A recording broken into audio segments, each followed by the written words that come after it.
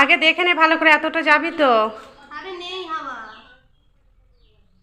নরম হয়ে গেছে। তাহলে নিয়ে যা, ওখানে গিয়ে পাম্প হাওয়া দিয়ে নিবি। দাও।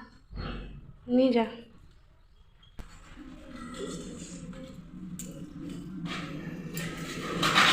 ওখানে নাবালি কেন? বাপি না। ওই ভেতরে।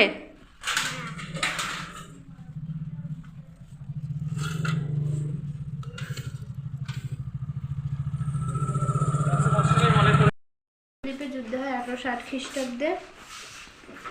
উপদ্বীপের যুদ্ধ কবে হয়? 1860 খ্রিস্টাব্দে। পর্তুগাল স্পেন নেপোলিয়নের বিরুদ্ধে করে, মানে আইবেরিয়া উপদ্বীপ 1860 খ্রিস্টাব্দে। আইবেরিয়া উপদ্বীপ উপদ্বীপের যুদ্ধ হয় 1860 খ্রিস্টাব্দে। জায়গাতেই তো দিবি। তখন 2 টাকা মারলে টাকাটা নেবে, আমি বলতে পারবো না। বন্ধুরা, গুড মর্নিং। তোমরা কেমন আছো? আজকে আমি তো ভীষণ খুশি। আজ হচ্ছে ছেলে মেয়ে দুজনাই আজকে যাবে পরীক্ষা দিতে।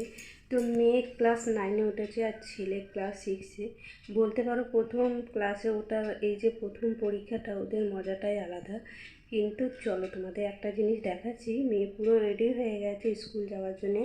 আর মেয়ে আজকে স্কুলে চুড়িদার ছাড়া, আজকে জানো, ক্লাস 8-এ ড্রেস পরেছে। মানে এইটা যে ফ্রক আর ওপরে যে ড্রেসটা সেটা পরেছে, অন্য সময় চুড়িদার পরে। তো বললো মা আজ পরীক্ষা আছে, সব কিছু ছাড় আছে। তো যাই হোক, তো চলো তোমাদের দেখাবো। মেয়ে পড়াশোনা করছে, মেয়ে রেডি হয়ে গেছে স্কুল যাওয়ার জন্য। আজ ওদের প্রথম পরীক্ষা। আর ছেলে তো একদম টেনশন ফ্রি, তোমাদের কি বলবো। তো ছেলে একদম রিল্যাক্স, এদিক ওদিক ঘুরে বেড়াচ্ছে, কোনো টেনশনে কোনো ব্যাপার নেই, মানে রিল্যাক্স, এটাই আর কি। তো চলো তোমরা দেখতে থাকো, আর চলো আমি দেখাচ্ছি ওরা কি করছে। টিলজিটের সন্ধি স্বাক্ষর হয় 1860 খ্রিস্টাব্দে ফ্রান্স ও রাশিয়ার মধ্যে। টিলজিটের সন্ধি স্বাক্ষর হয় 1860 খ্রিস্টাব্দে ফ্রান্স ও রাশিয়ার মধ্যে। টিলজিটের সন্ধি স্বাক্ষর হয় 1807 খ্রিস্টাব্দে ফ্রান্স ও রাশিয়ার মধ্যে। কোন প্রজাতন্ত্রকে কনসাল নিযুক্ত হয়? লাইসিকি নেপোলিয়ন প্রতিষ্ঠিত সামরিক রাষ্ট্রীয় পোপ কোন নেপোলিয়ন পোপ কোন পোপকে বন্দী করেছিলেন? পোপ সপ্তম পায়াসকে বন্দী করেছিলেন। নেপোলিয়নের সেনাবাহিনীকে কি বলা হতো? গ্যান্ডার্মি জুনটা কি নেপোলিয়ন বিরোধী অগ্রাসী নেপোলিয়নের বিরুদ্ধে স্পেনে জাতীয়তাবাদী যে সংগঠন গড়ে উঠেছিল তা জুনটা নামে পরিচিত। উপদ্বীপের যুদ্ধ হয় 1860 খ্রিস্টাব্দে। উপদ্বীপের যুদ্ধ কবে হয়? 1860 খ্রিস্টাব্দে। পর্তুগাল স্পেন নেপোলিয়নের বিরুদ্ধে করে, মানে আইবেরিয়া উপদ্বীপ 1860 খ্রিস্টাব্দে। আইবেরিয়া উপদ্বীপ উপদ্বীপের যুদ্ধ হয় 1812 খ্রিস্টাব্দে। নেপোলিয়ন রাশিয়া আক্রমণ করে 1812 খ্রিস্টাব্দে। লিও টলস্টয়ের ওয়ার অ্যান্ড পিস গ্রন্থ থেকে নেপোলিয়নের রুশ অভিযানের কাহিনী জানা যায়। ফ্রান্সের ডাইরেক্টরি শাসন কত খ্রিস্টাব্দে? নেপোলিয়ন 1821 খ্রিস্টাব্দে। মিশর অভিযানের ব্যর্থতার পর ফ্রান্সের ভিতরে ডাইরেক্টরি শাসনে দুর্বলতার সুযোগে নেপোলিয়ন ফ্রান্সে ক্ষমতা দখলের পরিকল্পনা করেন। 1899 খ্রিস্টাব্দে 9 নভেম্বর, অর্থাৎ প্রজাতান্ত্রিক ফ্রান্সের ক্যালেন্ডার।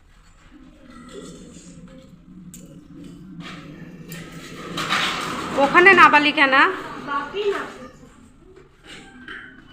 ওই ভেতরে।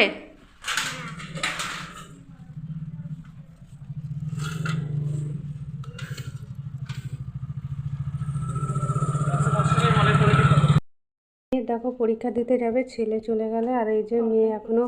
হ্যাঁ, তো দেখি টুপিটা কী হয়েছে। তো দেখো এই যে টিফিন নিয়ে যেত, টিফিনে যা তরকারি দেওয়া হতো সেই তরকারির ঢাকনা খুলে গিয়ে দেখো টিফিন পুরো টুপিতে একবারে মানে ভর্তি। তো আগে থেকে দেখলে এগুলো সব ধুয়ে দেওয়া হতো। তো যাই হোক, দেখো কি করা যাবে। আর পরীক্ষা হচ্ছে 11টা থেকে, আর বাড়ি আসতে আসতে ফিরে আড়াইটা তো। আর এই দুপুরবেলায় পরীক্ষা দিতে যাবে মানে বুঝতে পারছো, বাড়ি আসবে, যাওয়ার তো নয়, বাড়ি আসবে। দেখো এগুলো তো এই যে তরকারি লেগে গেছে।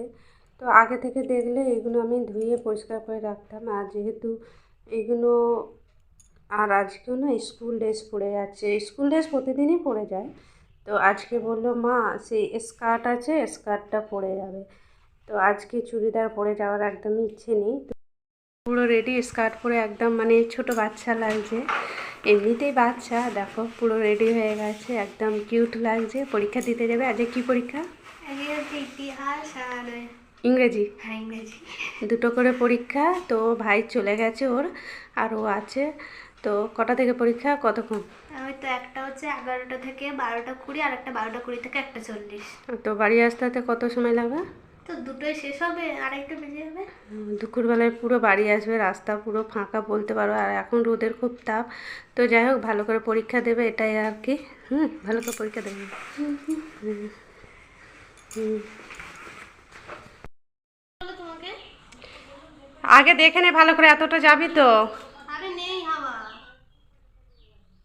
নরম হয়ে গেছে। তাহলে ইয়ে নিয়ে যা, ওখানে গিয়ে পাম্প হাওয়া দিয়ে নিবি, দাও। নিয়ে যা। চাকাতেই তো দিবি। চারটা তখন 2 টাকা মারলে 4টা নেবে, আমাকে বলতে পারবে না।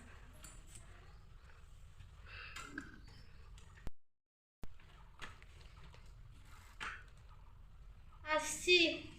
ভালো করে যাবি, পরীক্ষা দিবি ভালো করে।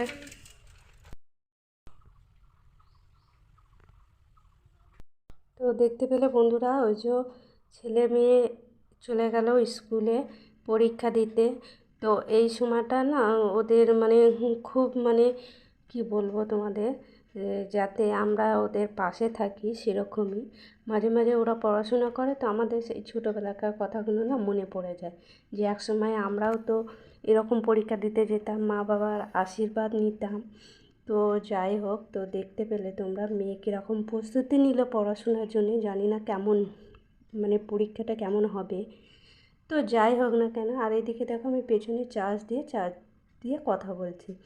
বেশি অর্ধেক সময় না আমার মোবাইলে চার্জ থাকে না, তো প্রচুর প্রবলেম হয়। আর আমার কী বলো তো, একটা জিনিস আমি এত ভুলোমন হয়ে যায়, মানে কোনো সময় দেখি না যে মোবাইলে চার্জ আছে কি না। তো যাই হোক, এইভাবেই দেখো চার্জার দিয়েই আমি তোমাদের সঙ্গে কথা বলছি। ভিডিওটা ভালো লাগলে অবশ্যই লাইক কমেন্ট শেয়ার করো, আর ছেলে মেয়ের জন্য তোমরা একটু